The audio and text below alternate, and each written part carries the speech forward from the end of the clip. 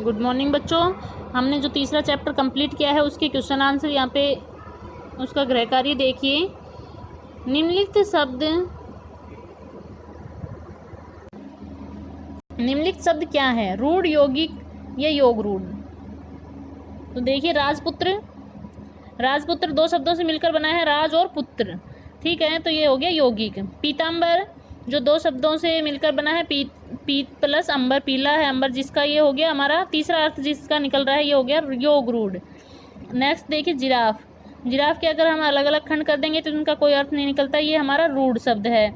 मेज रूढ़ है। वनराज, वन प्लस राज दो मिलके बने हैं, यौगिक हो गया।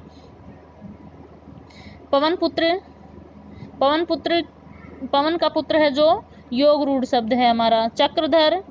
चक्र धारण कर रखा है जिसने, वो योग रूढ़ है। मच्छर जो शब्द है वो रूढ़ है। पुस्तक प्लस आल्य यौगिक शब्द है। ठीक है, नेक्स्ट देखिए बच्चों, रंगीन शब्दों के पर्यायवाची शब्द लिखकर वाक्य पुनः लिखिए। वाक्य में लिखा है, देखते ही देखते आसमान पतंगों से भर गया। तो हमें आसमान शब्द का पर्यायवाची लिखना है। यहाँ पे आप नभ भी लिख सकते हो, अंबर भी लिख सकते हो, आकाश भी लिख सकते हो कि देखते ही देखते आकाश पतंगों से भर गया। ठहरो, इस पुष्प को मत तोड़ो। तो हमें यहाँ पे पुष्प शब्द का पर्यायवाची लिखना है। कुसुम भी लिख सकते हैं, फूल भी लिख सकते हैं कि ठहरो, इस फूल को मत तोड़ो। ठीक है, टंकी में छेद के कारण सारा पानी बह गया। पानी के पर्यायवाची नीर, जल। ठीक है, टंकी में छेद के कारण सारा जल बह गया। पालने में लेटा शिशु अचानक जोर जोर से रोने लगा। शिशु के पर्यायवाची बच्चा, बालक। पालने में लेटा बच्चा अचानक जोर जोर से रोने लगा। सैनिक की छाती से रक्त बहते देख रानी घबरा गई। यहाँ पे हमें रक्त के पर्यायवाची लिखना है। लहू भी लिख सकते हैं, खून भी लिख सकते हैं, रुधिर भी लिख सकते हैं। ठीक है, नेक्स्ट देखो बच्चों, रंगीन शब्दों के विलोम लिखकर वाक्य पूरे कीजिए। इतनी देर से घर के अंदर खेल रहे हो, अब अंदर का विलोम क्या होगा? बाहर जाकर खेलो। रात तक ये डिब्बा मिठाइयों से ब्लैंक है, यहाँ पे हुआ था, अब खाली कैसे हो गया? तो खाली का विलोम होगा भरा। ठीक है, रात तक डिब्बा मिठाइयों से भरा हुआ था, अब खाली कैसे हो गया? नौकर के मिलते ही जो रंगीन शब्द है वो झूठ है, उसका विलोम होगा सच। सच और झूठ का तुरंत पता चल जाएगा। मेरा घर विद्यालय के तो निकट है परंतु अस्पताल से बहुत दूर है। तेज धूप में बरगद की घनी छाया देखकर यात्री ने सुस्ताने का निश्चय किया। निम्नलिखित शब्दों के दो दो अर्थ लिखिए। देखिए यहाँ पे दल का अर्थ होता है समूह और सेना। भाग का अर्थ होता है हिस्सा और अंश। वर का होता है योग्य और वरदान। अंबर का हो जाएगा आकाश और नभ, आकाश और उसका होएगा कपड़ा। ठीक है, आकाश नभ तो एक ही होता है, यहाँ पे आकाश होएगा और कपड़ा।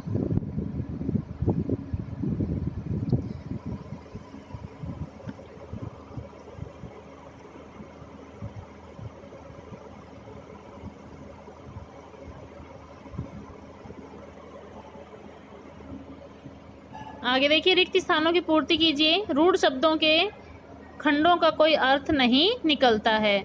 यौगिक शब्द एक से अधिक शब्दों को जोड़कर बनते हैं। समानार्थी शब्दों को पर्यायवाची शब्द भी कहते हैं।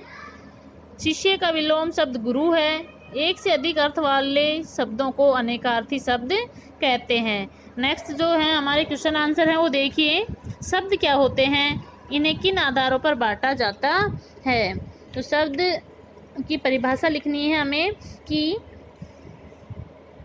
एक या एक से अधिक अक्षरों का समूह जिसका एक निश्चित अर्थ होता है शब्द कहलाते हैं। शब्दों को चार भागों में बांटा जाता है, रूपांतर के आधार पर, उत्पत्ति के आधार पर, बनावट के आधार पर और अर्थ के आधार पर। इन चार आधारों पर इनको बांटा जाता है। नेक्स्ट हमारा क्वेश्चन है, तत्सम और तद्भव शब्दों में उदाहरण देकर अंतर स्पष्ट कीजिए। तत्सम शब्द क्या होते हैं? संस्कृत भाषा से जो शब्द ऐसे के ऐसे यानी कि बिना परिवर्तन के हिंदी भाषा में ले लिए जाते हैं उन्हें हम तत्सम शब्द कहते हैं। जैसे हो गया मुख, ग्राम, सूर्य, नासिका आदि। तद्भव शब्द संस्कृत भाषा के वे शब्द जो अपने मूल रूप से थोड़ा परिवर्तित होकर हिंदी भाषा में प्रयोग किए जाते हैं वो तद्भव शब्द कहलाते हैं। जैसे मुँह, गाँव, सूरज, नाक आदि। ठीक है, नेक्स्ट हमारा क्वेश्चन है, देशज शब्द कौन से होते हैं? देशज शब्दों के कुछ उदाहरण दीजिए। देशज शब्द देखिए, जो शब्द देश के विभिन्न क्षेत्रों में आम बोलचाल की भाषा से लिए गए हैं देशज शब्द कहलाते हैं। ये शब्द ना तो संस्कृत भाषा के हैं ना तद्भव शब्दों के विकसित रूप हैं। जैसे उदाहरण देखिए इनका, मकान, लोटा, करवट, झाड़ू, पगड़ी आदि।